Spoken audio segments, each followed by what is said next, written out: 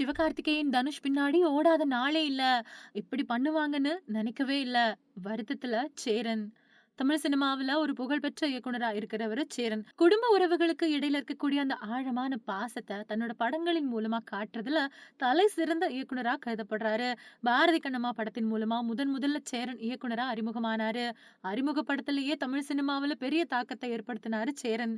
அதைத் தொடர்ந்து பொற்காலம், தவமாய் தவமிருந்து, ஆண்டவர் பூமி மாதிரியான பல வெற்றி படங்கள இந்த தமிழ் சினிமாவுக்கு கொடுத்திருக்கிறாரு சேரன். பல படங்கள்ல ஹீரோவாவும் நடிச்ச சேரன், தான் ஹீரோவா நடிக்க தள்ளப்பட்டேன் அப்படின்னு தன்னோட வருத்தத்த தெரிவிச்சிருக்காரு.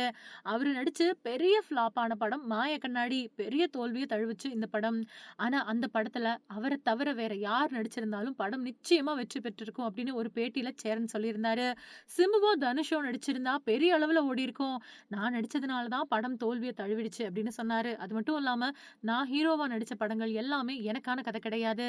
பல பெரிய நடிகர்கள் நடிக்க கதை கேட்டு, அவங்க யாரும் வராத பட்சத்துல நான் நடிக்க வேண்டியதாயிடுச்சு அப்படின்னும், இப்பவும் என்னோட கதைக்கு ஒரு பெரிய ஹீரோ கிட்ட கால் ஷீட் கேட்டுட்டு இருக்கேன். சிவகார்த்திகேயனோ, தனுஷோ நடிச்சா தான் நல்லா இருக்கும்.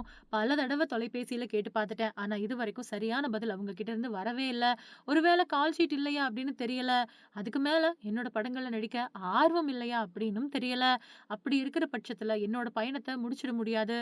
யாருமே வராத பட்சத்துல நான் தான் நடிக்க வேண்டியதா இருக்கு அப்படின்னும் சேரன் சொல்லியிருக்காரு.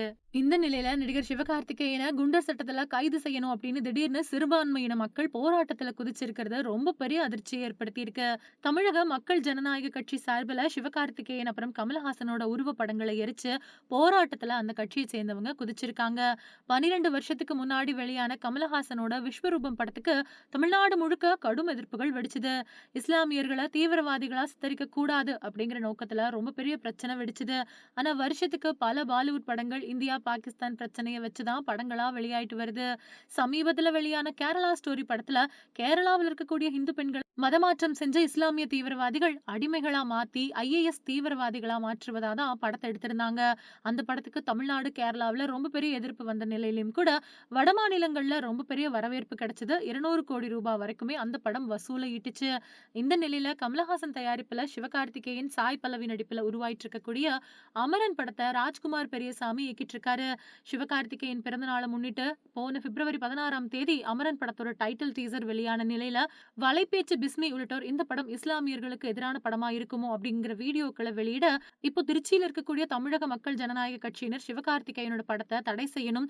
சிவகார்த்திகேயன், கமலஹாசன் அப்புறம் இயக்குனர் ராஜ்குமார் பெரியசாமிய குண்டர் சட்டத்துல போடணும் அப்படின்னும் எதிர்ப்பு தெரிவிச்சிட்டு வராங்க. இந்தியாவுக்காக உயிர் தியாகம் செஞ்ச ராணுவ வீரர் மேஜர் முகுந்தோட வாழ்க்கை வரலாறு படமா தான் இந்த படம் உருவாயிருக்கு அப்படிங்கிறதும் குறிப்பிடத்தக்கது.